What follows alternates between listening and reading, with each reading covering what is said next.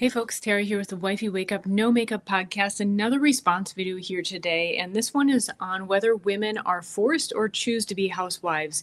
And before I share the clip and then my life experience with you based upon just about 25 years of marriage, I'm going to share a little bit on who is this video by. First of all, this is with Michael Sartain. He says, I help everyday men build social circles of incredible women and elite men in just 7 days. And then Orion Taraban is a psychologist who runs the YouTube channel Psych Hacks. And so that just gives you a bit of context as we dive into this video. Ready? Here we go. It could also be that, it's like women have been fighting very hard for generations to have careers and to compete in that arena with men. And their victory is that, congratulations, you now get to work until you're 65, 68 years old, which men have only done out of necessity. Like, men are often, most people are working to make enough money so they don't have to work anymore. Sure. The idea that I'm going to work and have that be a badge of honor or as something that is the meaning and purpose of my life is kind of absurd. Like, that's a very recent belief, if it even exists today, right? But women have fought very hard for that right. And now they have it. And it's not everything that it's cracked up to be. Like, I find my work to be very fulfilling, but I also don't have to work in order to make my living at some point anymore. So I work more or less because I choose to, and it's very fulfilling to do so. Yeah. But to fight for the right to have to work perpetually is very strange to me, to be honest. Have you seen the Forbes survey where they survey working women who have children at home? No. 83% of them said that if they had enough money or if their husband made enough money, they would prefer to stay home and take care of the children. Sure.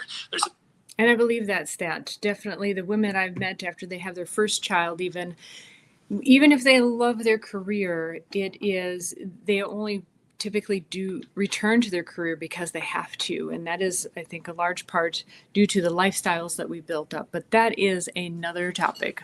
I'm going to stick to this one. Do women feel that they have to choose, like they have the choice to be a housewife, or that they are forced into it? And I can only speak from my experience. I married my husband 10 days before my 19th birthday. He's 12 years older than me. You can go a couple episodes back, talk about that to a large degree, why I actually think that a woman marrying someone who is at least 4 years older is a very good thing, and the reasons why. And at that time, of course, I was considering college. I had been accepted to some very good, and then that means also expensive colleges.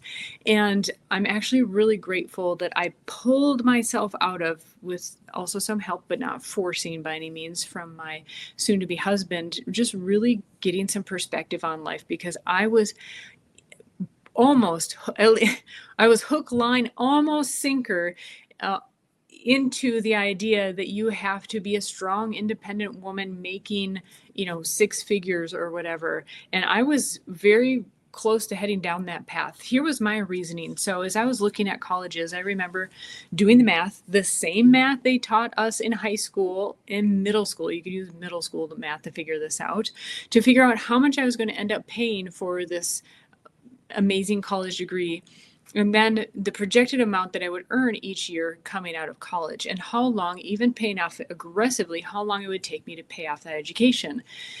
When I figured that out, I was like, I'm already making $25 an hour. Now, this was 25 years ago. I was doing interpreting and translating and ESL work. And so fortunately, I had some skills that I could already utilize in the real world.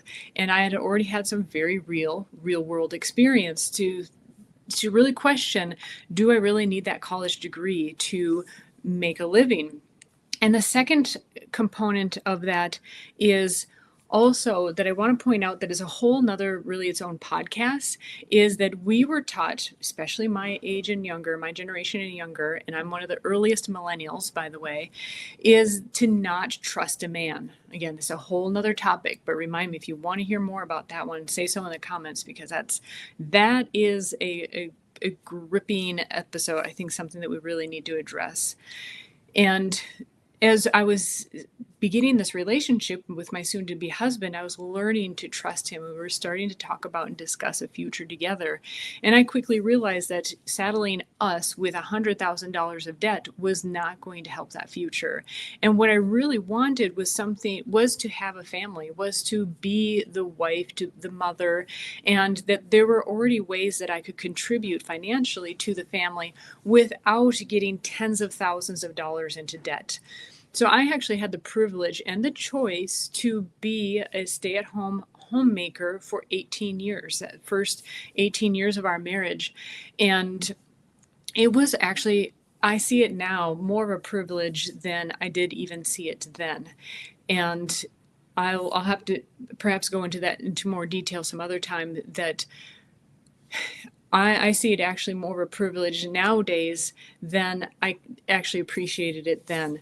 Since then, I've started a business that now makes nearly $500,000 a year. My husband said I had to mention that, and that it was initially a business that my husband helped to get off the ground. He certainly has been there all along the way and has been a terrific counselor, coach along the way, and stepped in at times when it was necessary as well.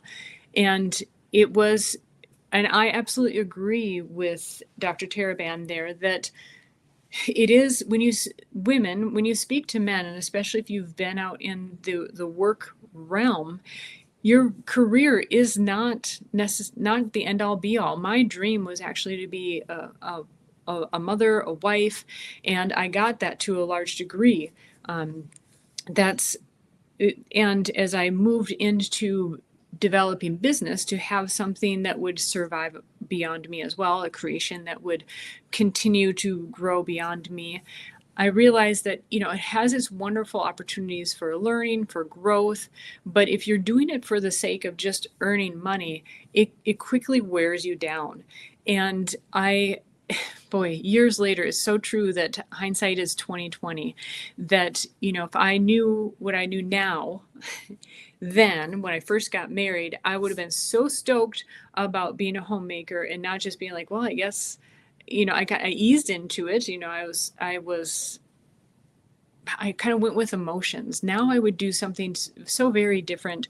I would be involved in the community more. I would volunteer more, not see it as, I guess I gotta do the homemaking things, which I enjoyed, but there needed to be another component for me. And I think that was partly because of my personality, needing to have something more to be involved in. But also, I think it was training. To be very honest, I think it was a feminist upbringing that was telling me in the back of my mind that if you're not doing something outside of the home, you are not worthy. You are not significant. And I think that pecked away at me for years. And so my message is hopefully reaching the women who are feeling that conflict, like you want to be at home or you are at home, and you appreciate that to a certain degree. You know that you would rather be doing that than maybe working a full-time job. That is God's work. That is I think the highest calling. And I don't say that, to place us women above men. I think absolutely the father needs to be involved. Parenting, the next generations and who our future are going to be is the most significant thing that you can do.